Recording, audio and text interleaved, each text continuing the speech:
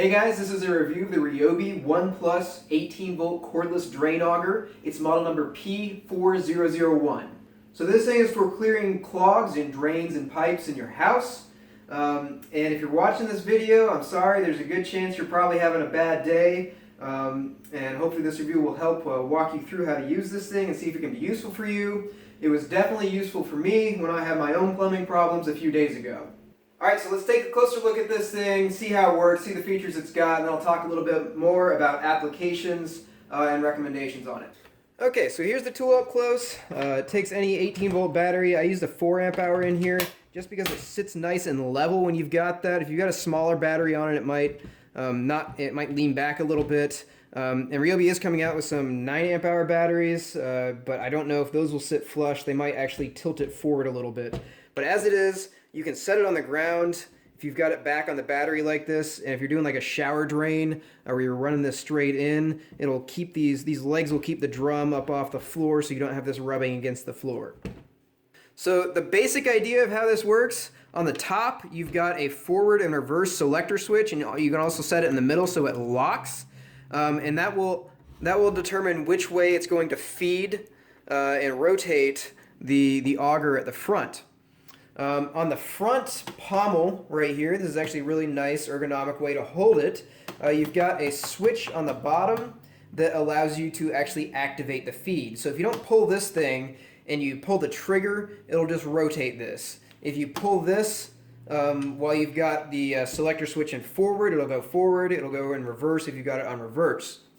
There's also a lockdown lever. If you pull this and push it in from this side, this little button right here, it'll lock it down, and then it will auto feed it backwards and forwards without you having to squeeze this, because this is kind of hard to squeeze and it'll tire out your hand if you're squeezing it the whole time. The only time I didn't use it in auto feed mode was when I was kind of reversing back and forth when I got the cable stuck a little bit. I don't know whether it was a clog or whether it was just a junction in the pipe, but I had some trouble advancing it, so I messed around with going in forward and reverse, and then once I got it past that point, I put it back in auto feed lock mode. It's just a lot easier to use that way.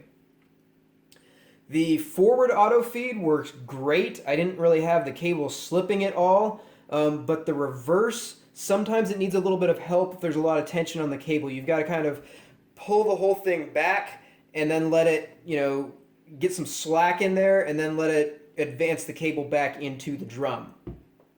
As you're using this, you'll hear some popping noises coming from the drum. I'm pretty sure that's just the cable repositioning, because it's kind of like a spring load inside here. I think it's just repositioning along itself. I don't think that's anything to worry about. The front head here has another little lever right here, and if you take auto feed off when you're doing this and you get to a clog and it's just having problems staying in the right spot, you can twist this and it will keep this cable from moving back and forth. The one thing I don't like about this, it's a little bit difficult to use because you've got the rotating drum right here, and you got to kind of hold the front, and it takes really both sides, or you can kind of hold like this and pull it up, but this switch is not very comfortable at all to use. I only used it once or twice during the whole time I was using this, but it's not the most ergonomic solution. The motor on the back is pretty strong. It builds up quite a bit of rotational inertia, but there's not really any waterproofing back here, and you're going to be using this in a wet area. I'm glad the battery and the motor are back behind where you're going to be getting most of your moisture, but that's just something to keep in mind as you use this. Make sure you don't get any splashing directly on this, because I'm not sure how much this motor can take as far as moisture exposure. This thing will get some moisture buildup in the drum from the cable, and there is a drain port right here. It's just a little rubberized tab that you can pull out. It's a little bit hard to get, but it's good because it's not going to be popping open and slinging water everywhere at you. And afterwards, they do recommend draining it and then pulling the whole cable out and wiping the cable down, which I haven't done yet since I used this last night. All right, so I'll kind of do a quick demo on how this thing goes, and then I will run it through this section of pipe I have left over, and then show you some footage of me snaking one of my vents in the attic. I actually ended up cutting that vent off and redoing it because it wasn't sloped properly. And I think that was actually what fixed my problem, but it was nice to know there were no blockages in the vent in the drain or in the part of the pipe that connected the vent down to the drain. I snaked it in 3 spots, extended it 25 feet all the way out each time. I don't really think I got any blockages. It did, meet some resistance once. I think it was a junction in the pipe. It did come back with a little bit of stuff on this, but not enough to make me think it was a big clog. It was mostly just smell in my laundry room that I was using this for troubleshooting. So here we go. We're going to go forward.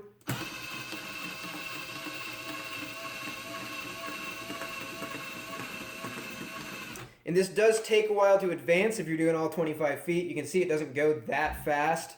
And it takes a little bit longer to come back because sometimes it slips. You can also manually extend this, and it doesn't really manually retract as well. You can do it, but it's a lot easier to use the auto feed to retract it. The variable speed trigger gives you a great range of speeds. I usually used it on slow. If you use it on fast, you can get some whipping going back in your pipes. I'm not sure how great that's going to be for your pipes. I'm also not sure how much I'd use this for in a toilet, because this is not a coated wire, so you could scratch up your porcelain if you're not careful. Just keep that in mind if you're using it. And we'll go ahead and retract the cable.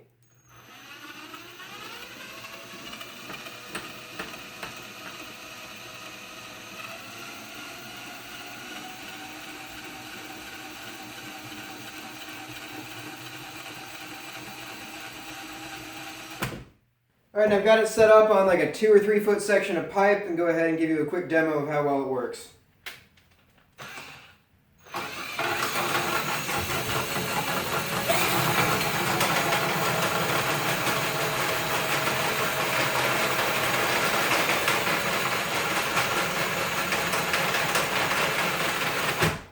If you get this thing going fast enough, it will fling a little bit of water out of the drum. So I'd be careful about that. I usually don't run it at full speed for that reason. Plus, it can be, get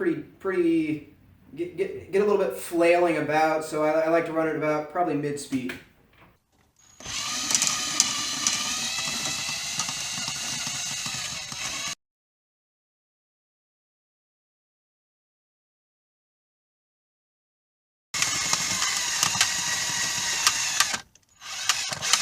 Alright, and I'm out of line because it stopped auto-advancing.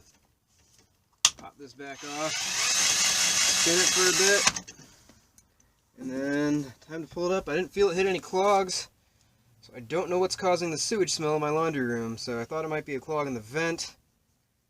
Borescoped the trap and made sure there was water in there.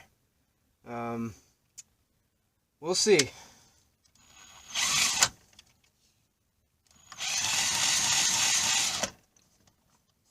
Put on auto feed again. You got to squeeze this up, push this lever over. It's a little hard to actuate.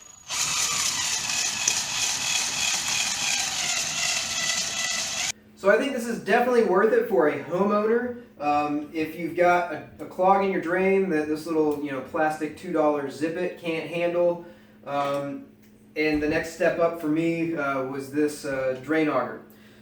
It does come at $70 bare tool. If you don't have any 1+ batteries in Ryobi's system, their cheapest battery and charger kit is I think $60 normally. Or if you don't have any batteries or any Ryobi stuff, their drill kits with 1 battery, the drill and the charger, are normally like $100. So you might consider, if you don't have a cordless drill, everyone needs a cordless drill, that might be a good option as well. I do know Ryobi is coming out with a hybrid version of this that plugs into wall power or uses a battery. And it's got some upgraded front end stuff. I think it's supposed to be a little bit easier to use. I don't know if the cable's any longer, but I think that one's significantly more expensive, around twice the price of this one. Unless it's just amazingly redesigned and so much better, I'd actually recommend this one and going ahead and getting the battery kit. Just because the few times that I'm going to use this, I can put up with some more annoying use features of it for the price difference for the new one they're coming out with, especially if you already have the 1+ batteries. And the battery life on this is amazing. I used this, I extended it and retracted it 3 whole times, the 25-foot length of the cable, and it still had full charge on a 4 amp hour battery. So you should be able to do just that much work with just their smallest 1.3 amp hour lithium P102 batteries as well. So battery life on this is great. I really don't see a reason you'd need a plug-in option for this. Now, I do have a lot of Milwaukee M12 batteries, and they make a 12-volt version of this tool, but it's $220 bare tool. And I just couldn't justify the price point because I'm a homeowner, and I'm probably going to use this thing once or twice a year, hopefully not more than that. So for the price difference, I'm sure that one performs better, it'll last longer, it's got a better warranty. But for the price difference for me, for a DIYer, this one absolutely made sense, even though I have batteries in the other platform as well. Now, if you're a facilities manager or a plumber or something like that who's going to be using this tool day in, day out, I would definitely take a much closer look at the Milwaukee M12 version, and I think they just came out with a bunch of 18-volt versions as well, so you might want to take a look at those, but for a homeowner, absolutely I would recommend this. I also took a look at in-between versions. So there were a couple at the Home Depot and Lowe's that had a little, you could chuck a drill up to them and use the drill to feed this. I also did the manual ones. Those were anywhere in the range of $15 to $30.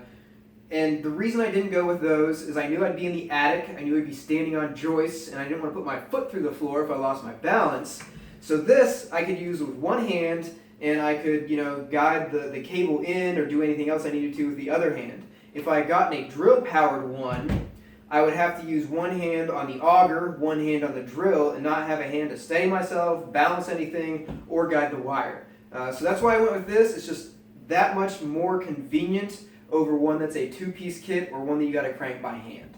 So hopefully this review is helpful. Let me know if you have any questions in the comments section below. And once again, don't forget to subscribe.